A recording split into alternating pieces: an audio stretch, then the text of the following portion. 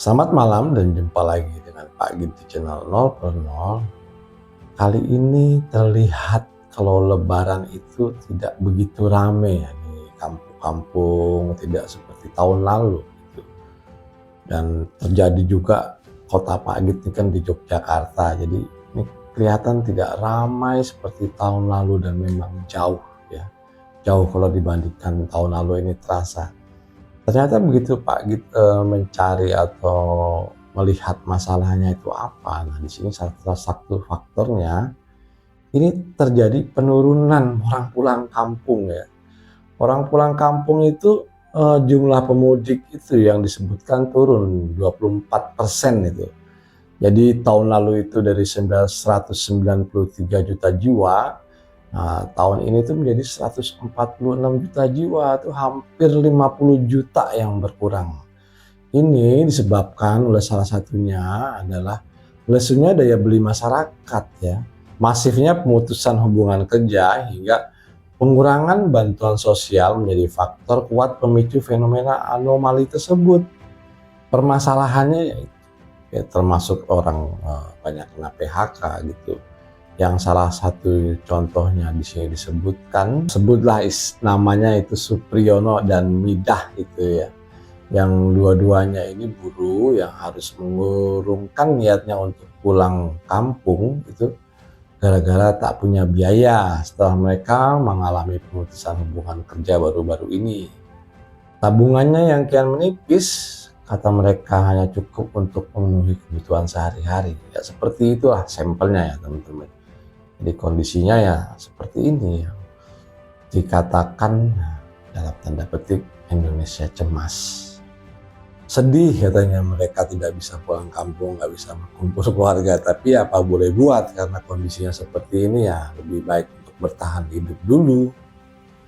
Tradisi mudik atau pulang kampung yang saben tahun dilakoni jutaan masyarakat Indonesia yang kebiasaannya sudah melakukan kebiasaan ini itu tampaknya tak akan terlalu menggiat pada tahun ini. Ini sudah kelihatan gitu. Sebabnya Badan Kebijakan Transportasi Pemerintah yaitu Kementerian Perhubungan memproyeksikan jumlah pemudik Lebaran tahun ini itu turun 24,34% dibanding tahun lalu yang seperti Pak Gid ungkapkan tadi ya. Ya kalau mau dicari detailnya ya sekitar 47 juta jiwa gitu, tapi ya anggaplah 50 juta jiwa gitu yang tidak pulang kampung dibanding tahun lalu itu merosotnya jauh sekali. Ini berbeda terbalik teman-teman ya dengan kondisi pinjaman online. Kalau pinjaman online tetap aja meningkat dibanding tahun lalu ya, meningkat sekitar 9% ya kalau nggak salah, itu dari sekitar 19 triliun menjadi 22 triliun. Ini yang terdaftar di OJK. Kalau yang ilegal ya ada datanya, susah cari datanya, jadi ya itu sebagai patokan aja gitu. Pemudiknya juga berkurang, tapi permintaan pinjaman ini meningkat. Yang artinya apa? Ini hati-hati bahaya. Kalau nanti konsekuensinya itu adalah kredit macet. Dan ini juga dipaparkan oleh Kepala Biro Komunikasi dan Informasi Publik Kemenhub yaitu Budi Raharjo. Hanya saja Kemenhub tidak memaparkan apa penyebabnya. Ya begitulah pemerintah gitu ya, kalau udah ada sesuatu yang terpuruk ini seakan-akan mau ditutupi gitu. Jadi kalau yang kira-kira mau naik, beritanya bagus ini dinaikin. Tapi kalau yang beritanya ini minus gitu ya, sifatnya minus, ini berusaha untuk ditutupin ya. Ini lebih pada politik sebenarnya. Kalau ini duit dibawa pulang kampung, besok nggak dapat kerjaan. Ini salah satu faktornya itu. Jadi mendingan dibuat bertahan hidup dulu timbang pulang kampung. Dan kalau kita lihat dari perputaran uang yang tahun lalu, perputaran uang Lebaran di tahun lalu dengan sekarang itu telah diumumkan oleh Wakil Umum Kamar Dagang dan Industri yaitu Kadin, bidang pengembangan otonomi daerah Berdasarkan perkiraan jumlah perputaran uang selama momen Idul Fitri tahun 2025 ini hanya mencapai 137,9 triliun. Katakanlah ini 138 triliun gitu. Itu menurun yang tahun lalu itu 157,3 triliun. Anggaplah ini ya 20 triliun lah gitu ya, karena ini kalau dihitung secara matematis ya 20 triliun kurang sekian gitu. Jadi selisihnya itu jauh teman-teman. Nah ini juga salah satu faktor yang menyebabkan kurangnya pemudik ya, yang menurun 50 juta jiwa tadi. Salah satu faktor lainnya adalah berkurangnya perputaran yang adalah kondisi ekonomi yang kurang stabil. Ekonomi indeks menyebutkan bahwa daya beli masyarakat yang melemah serta peningkatan pemutusan hubungan kerja menjadi faktor utama. Ya, imbasnya ini daya beli masyarakat ini berimbas langsung itu kepada kebiasaan belanja dan mudik ya. Banyak yang memilih tetap di tempat tinggal, nggak pulang karena keterbatasan finansial. Bahkan sejumlah laporan menunjukkan belanja kebutuhan pokok dan fashion selama bulan Ramadan ini mengalami signifikasi dibandingkan tahun-tahun sebelumnya, yaitu menurun gitu teman-temannya.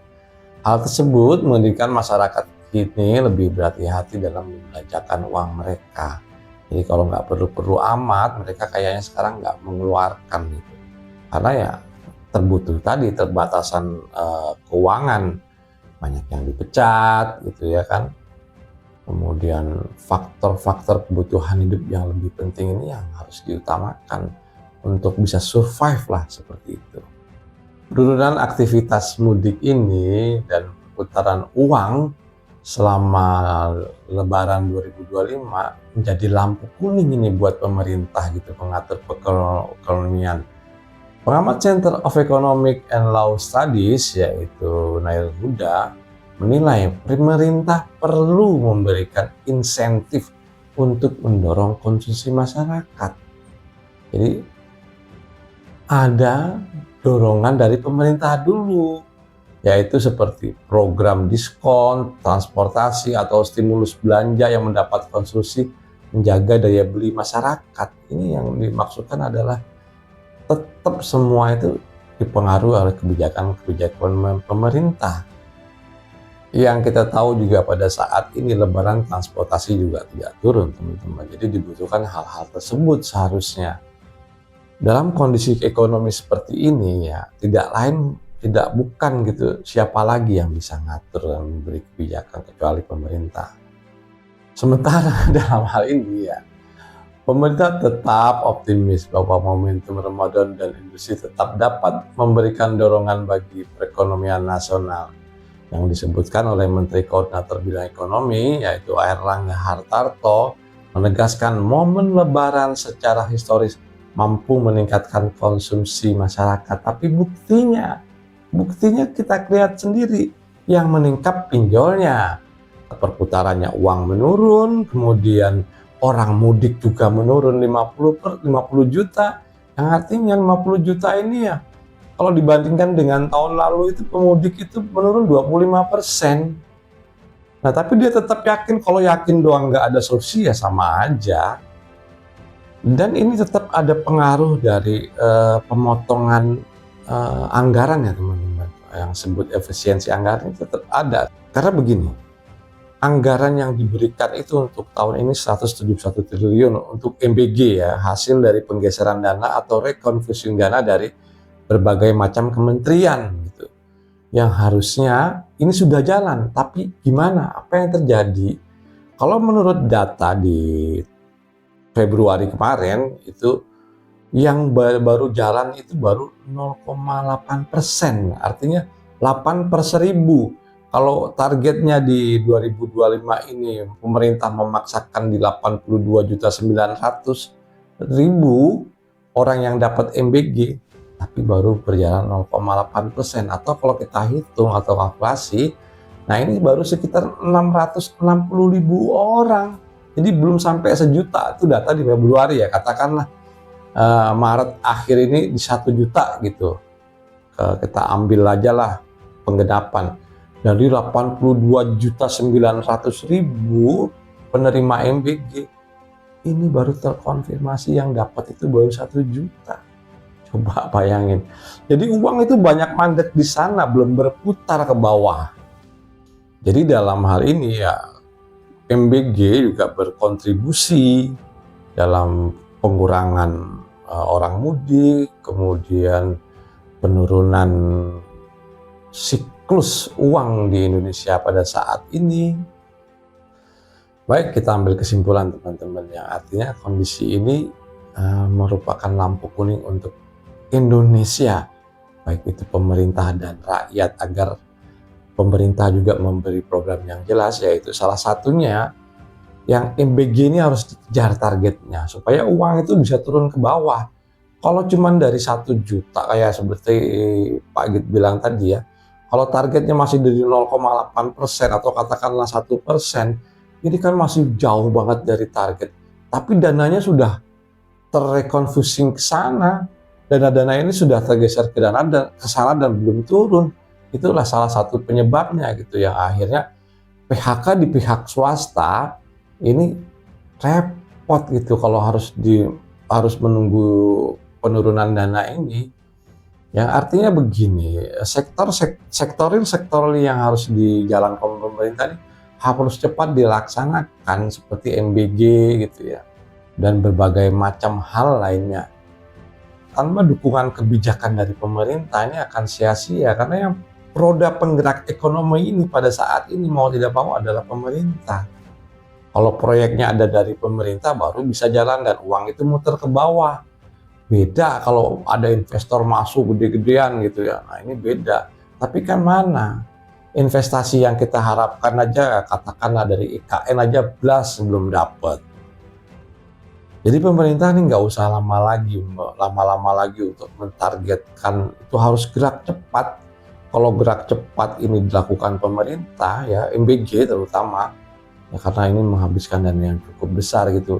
Nah ini akan membuka lapangan pekerjaan yang dikatakan 1,9 juta jiwa gitu. Padahal kalau kita hitung ya nggak jauh dari 1,5 juta jiwa, atau hitungan Pak Git katakan sama dengan Hasim Joyo Hadikusumo. Kemudian masalah yang paling utama ini adalah lucu ya, artinya gini, penurunan orang mudik yang pertama. Kedua, perputaran uang juga turun. Tapi kenapa pinjaman online ini naik? Itu pun baru yang terdeteksi di legal pinjol gitu.